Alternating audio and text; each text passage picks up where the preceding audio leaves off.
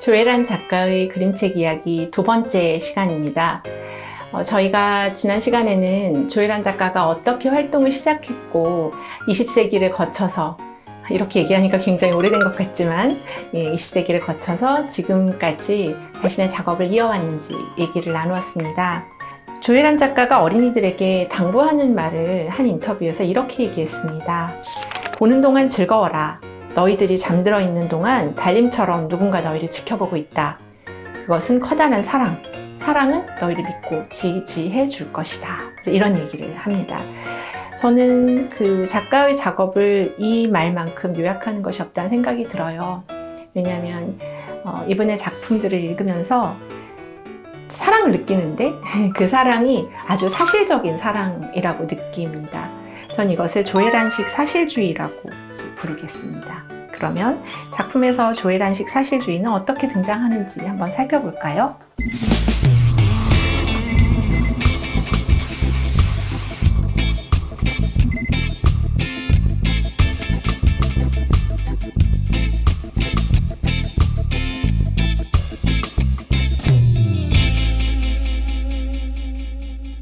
많은 분들이 사랑했다는 할머니 어디가요 시리즈 중에 한 권입니다.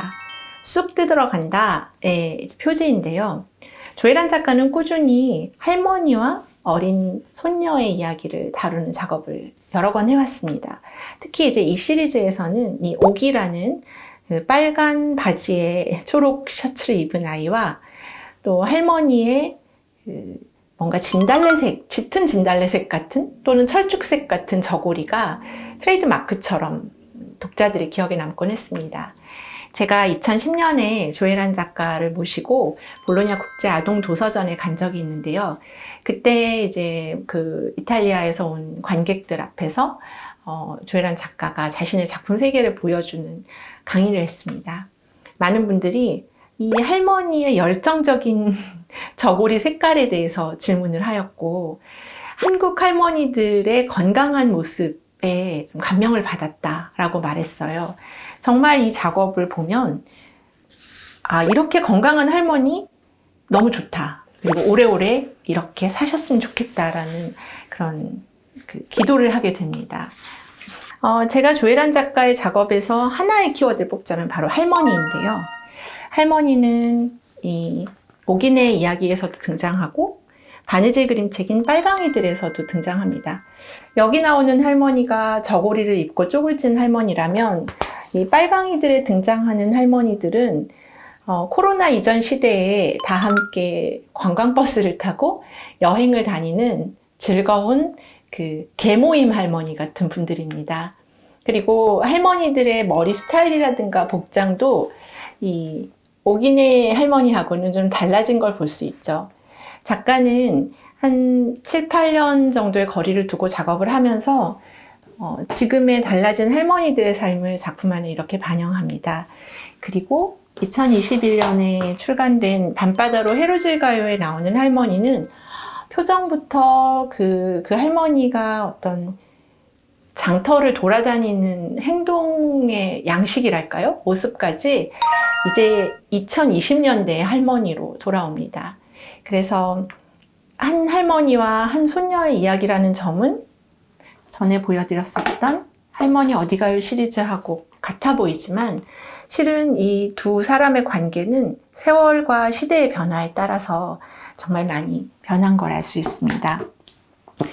조혜란 작가의 작업 중에서 또 하나의 이제 초기 키워드 중에 하나가 제가 운동성 또 움직임이라고 말씀을 드렸는데요. 그 사물놀이라는 작품에서 이제 4명의 북을 치는 사람, 장구를 치는 사람, 또 꽹과리를 치는 사람, 징을 치는 사람이 이렇게 그려진 장면을 보면 90년대 말에 어디에서나 축제가 열리거나 집회가 열릴 때마다 등장했던 사물놀이패들의 그 힘있는 모습이 떠오릅니다. 그런데 그 뒤에 조혜란 작가는 이 작업을 바탕으로 해서 둥둥 북을 쳐요라는 작품을 펴내게 되는데요. 이 그림책에서는 사물놀이에 등장하는 그 4명의 연주자가 모두 동물로 등장하는 작품입니다. 작가는 이렇게 소리나고 또 움직이고 뭔가를 두드리고 하는 그런 좀 뭐랄까요? 그 움직임이 큰 작업을 정적인 그림책에 담는 작업, 그런 과정에서 탁월한 매력을 보여줍니다. 흥미로운 움직임을 보여주던 작가가 상추씨라는 작업을 하면서 조혜란식 사실주의의 다른 면모를 보여주기 시작합니다. 이 작품은 상추밭에 떨어진 씨앗의 이야기입니다. 상추밭에 씨앗이 떨어졌는데 다른 씨앗들은 밭 고랑 안에 잘 떨어졌고요. 주인공 씨앗만 다른 씨앗들하고 멀리 떨어진 곳에 혼자 떨어져 있습니다.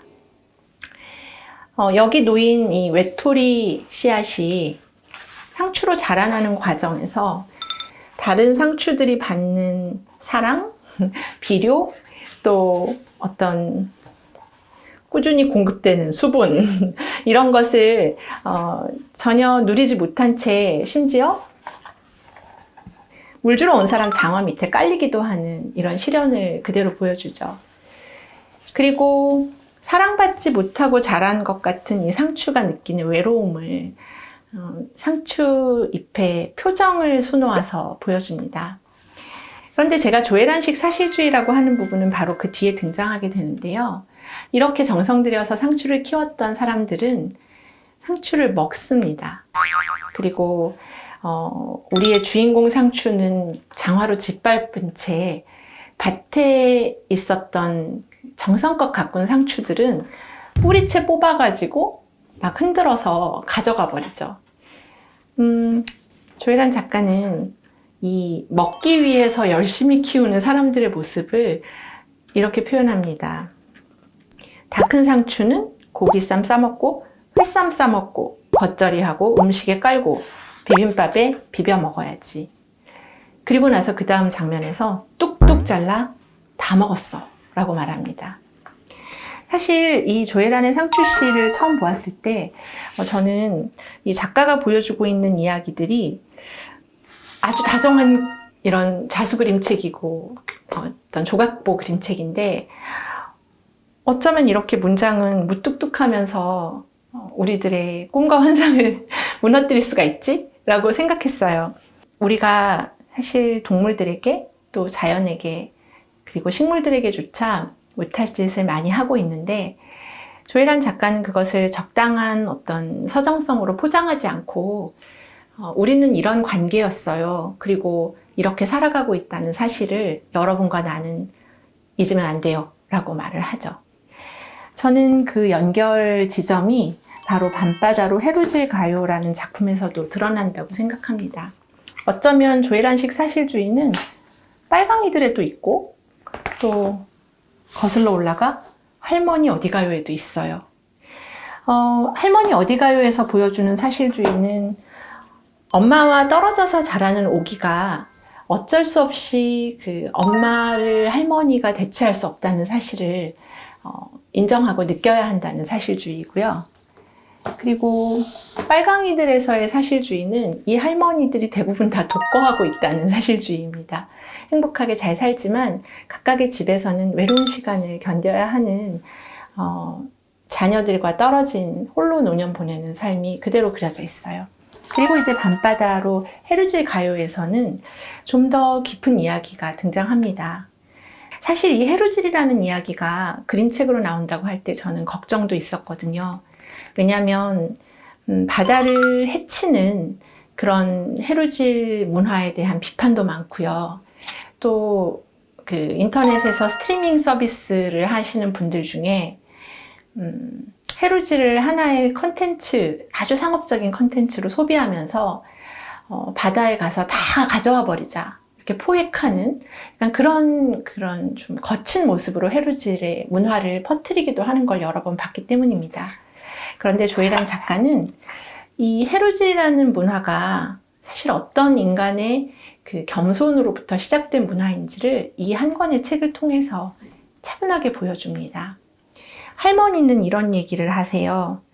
바다 곳간에 가면 뭐든 다 있다. 라는 말을 하는데요. 이 뭐든 다 있다라는 말이 뭐든 다 있으니까 다 잡아와도 되고 다 가져가도 된다라고 말하지 않죠. 여기서 해루질의 그 정의는 주워오는 것입니다.